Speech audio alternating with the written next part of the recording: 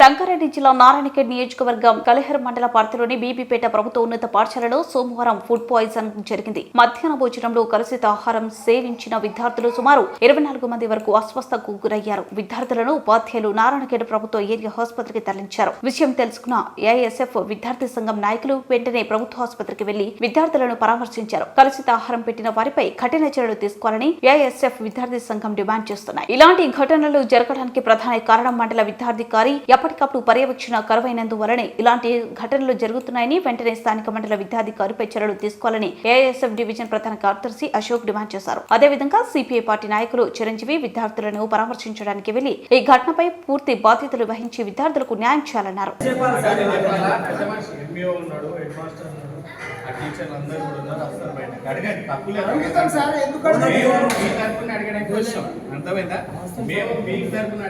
Ambulance driver phone చేస్తేనే మాకు information తెలుసు. మరి ఇక్కడ తీసుకొస్తున్నామని మాకు ఇబ్బంది అవుతా సార్. తిన్నావు అన్నమా?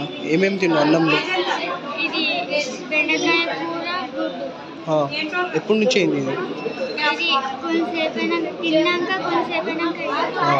ఇప్పుడు ఫస్ట్ టైం అయింది ఇట్లా? ఇంతకుముందు ఎప్పుడు కానీ? అవునా?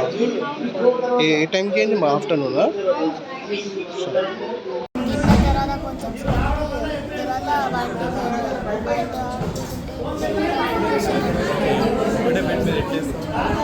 కళ్యాణ్ మండల్ బీవీపేట గ్రామంలో జడ్పీహెచ్ఎస్ పాఠశాలలో ఫుడ్ పాయిజనింగ్ జరగడం జరిగింది. సుమారుగా 24 మంది విద్యార్థులు ఈరోజు ఫుడ్ పాయిజనింగ్ చేయడం జరిగింది. వారిని ప్రభుత్వ గవర్నమెంట్ హాస్పిటల్ నారాయణఖేడ్ తీసుకురావడం జరిగింది. వాళ్ళ నిర్లక్ష్యం ఏంటంటే సరైన ఫుడ్ లేకపోవడం వలన ఇలాంటి ఫుడ్ పాయిజన్ చేయడం అయిందని డాక్టర్లు చెప్పడం జరిగింది. ఇలాంటి రైస్ కానీ పప్పు కానీ పురుగులు వచ్చిన పప్పులు కానీ పెట్టడం వల్ల ఈ లోపం జరిగిందని మా ఏఎస్ఎఫ్గా మేము తెలియజేయడం జరుగుతుంది. ఇలాంటి ఫుడ్ పాయిజన్ ఎక్కడ జరగకూడదని చెప్పేసి మా ఏఎస్ఎఫ్ తరఫున మేము డిమాండ్ చేయడం జరుగుతుంది.